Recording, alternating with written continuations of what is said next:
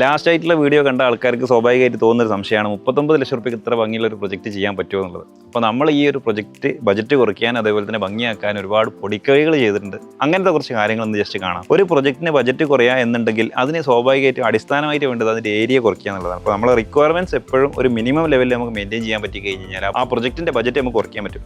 പിന്നെ അതേപോലെ നമ്മളൊരു ഡിസൈൻ ചെയ്ത് കഴിഞ്ഞാൽ ആ ഡിസൈനിൽ നിർത്തിക്കൊണ്ട് തന്നെ ഭംഗിയാക്കാൻ പറ്റുന്ന ഒരുപാട് കാര്യങ്ങളാണ് നമുക്ക് അതിലേക്ക് ആഡ് ചെയ്യാൻ പറ്റുക. അപ്പോൾ നമ്മൾ ഈ ഒരു പ്രൊജക്റ്റിൽ ചെയ്തിട്ടുള്ള അങ്ങനെ വേണ്ട ഒരു സംഭവമാണ് നമ്മൾ ഈ ഒരു ക്ലാഡിംഗ് സ്റ്റോൺ. ക്ലാഡിംഗ് സ്റ്റോൺ ശരിക്കും ഒരു പ്രീമിയം ഫീൽ ഈ പ്രൊജക്റ്റിന് കൊണ്ടുവരാൻ വേണ്ടി നന്നായി ഹെൽപ്പ് ചെയ്തിട്ടുണ്ട്. ഈ ഒരു വീടിൻ്റെ കളർ തീം എന്ന് പറയുന്നത് ഫുൾ വൈറ്റ് ആണ്.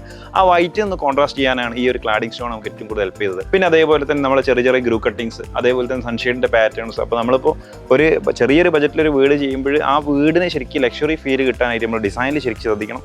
അതേപോലെ ചെറിയ ചെറിയ കുറച്ച് എലമെൻറ്റ്സ് നമ്മൾ എപ്പോഴും ആഡ് ചെയ്യാൻ ശ്രമിക്കണം. അങ്ങനെ ആവുന്ന സമയത്ത് ഈ പ്രൊജക്റ്റ് ഭയങ്കര രസവും ഉണ്ടാവും, അതേപോലെ തന്നെ നമ്മൾ ഉദ്ദേശിച്ച ബഡ്ജറ്റിൽ നിൽക്കുകയും ചെയ്യും.